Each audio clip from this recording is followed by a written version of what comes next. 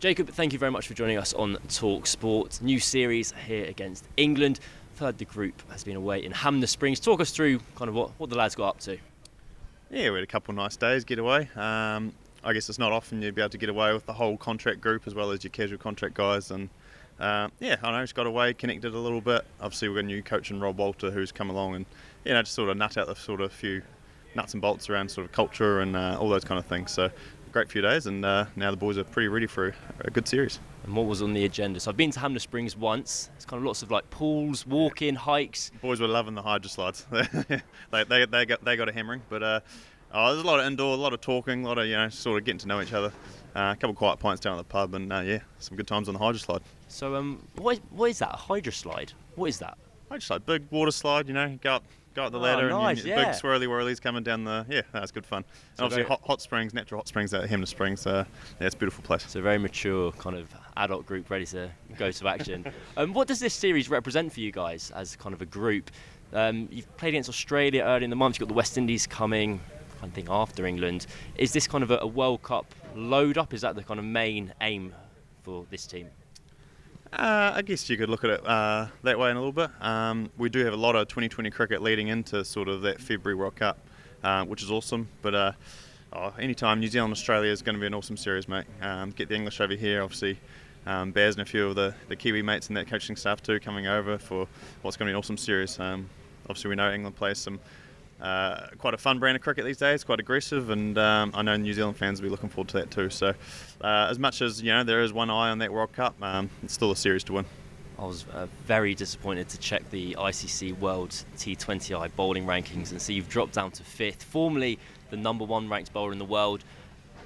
What did that mean for you? Did your life change at all? I remember it popping up as a kind of headline that Jacob Duffy, number 1. Was it fun? Was that an enjoyable part of your life? Did my life change? I don't think it changed, no. Got a little bit more stick from my mates more than anything, but it's one of those things, mate. Like, we're playing cricket in a time when the IPL was on and not a lot of guys were playing cricket. I don't know, they're a little bit wishy-washy. You go up and down those rankings like a yo-yo, so I didn't read too much into it, but at the end of the day, like, I think there was only 2 New Zealanders who have been to the top of those rankings. I think it was me and Ish Sodhi, so to have been up there once was pretty cool, but certainly not something I'm sort of striving for, put it that way. You've played a lot in England, kind of over the years. Had a stint at the 100 most recently. What was that experience like? Yeah, awesome. What a great competition. I love the format. Got to play with a good bunch of guys, and then obviously play some awesome competition. You're playing at all the main stadiums on the ground, and it's just a great experience. Like all those lineups, sort of high quality international lineups, some very good overseas. So in terms of domestic cricket, that's sort of as close to international cricket as I think you could come. So awesome prep for this series. Got to play with and against a lot of the guys we came up against. So just a good one for the experience bank, and awesome tournament to be part of. And what was it like working with Freddie Flintoff, obviously a legend of English cricket? Were you able to get any nuggets from him? Freddie's a man, eh? He's one of those guys. He's got a bit of an aura about him. Makes you feel 10 foot tall and bulletproof. He's just what an awesome guy, eh? He's kind of one of those dudes. At the end of the game, he sort of single you out in the change room after you might have done something cool, and you do feel, that you puff your chest out a little bit. He's just one of those guys that makes you feel bloody awesome, and just a really cool change room to be part of. Obviously, with Brookie as a skipper in that team, that was cool to see how he goes about his work, and just a few of the other guys too. But yeah, really cool. You're a bit of a cricket nuffer yourself. Flintoff was on talkSPORT recently, and he was telling a story about John Turner, who's played a few matches for England, kind of asked him at a Lions camp, like, did you bowl quick, by the way, Fred? And he was kind of a bit taken aback, going, like, of course I bowled quick, I'm Freddie Flintoff. What was it like? How do you find it kind of working with legends, as it were, kind of as to be able to perfect your craft? And did you know, basically what I'm asking is, did you know Flintoff bowled quick? Yes, I knew Freddie bowled quick.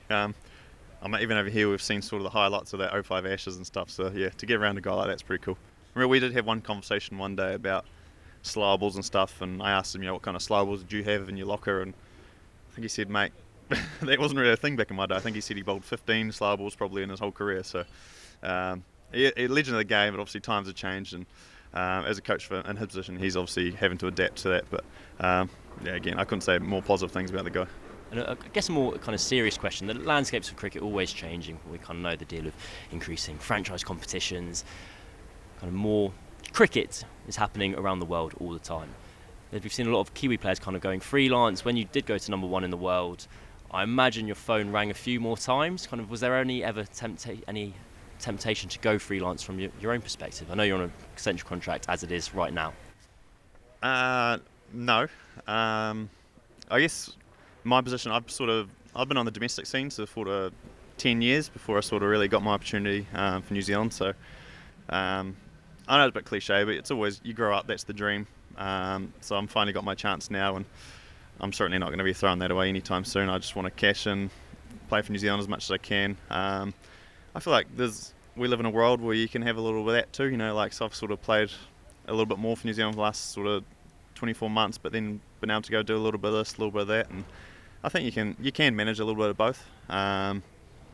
Who knows 5 years time what that looks like, but for now I'm certainly enjoying my cricket for New Zealand. And then in terms of this series, you've got Rachin Ravindra back and Kyle Jamieson back. How important to the group is it to have kind of 2 real superstars back wearing the black caps? Sure, and Mitch Santner as well. I think we missed him last series, just having his not only his 4 overs but his leadership too. So it's good, mate. There is a bit of injuries around. You're obviously still missing your Lockie Fergusons, Adam Milnes on the sideline still. So there's a few guys still missing out, but to have a couple big more horses in the tanks, not going to hurt, is it? And finally, you mentioned that you played with Brooke in the 100. You obviously will know Tim Southey. There's basically Kiwis everywhere and Northern Superchargers friends everywhere. Is it going to be a fun series for yourself? Is there a chance to kind of grab a beer, maybe some dinner over the course of the next 2 weeks with some of the opposition? Yeah, for sure, mate. You do. You sort of get to know these guys on those tournaments. You're sort of living in hotels together and having a few beers post-game and stuff. So, awesome lads, and I can't wait to get stuck in and play against them now.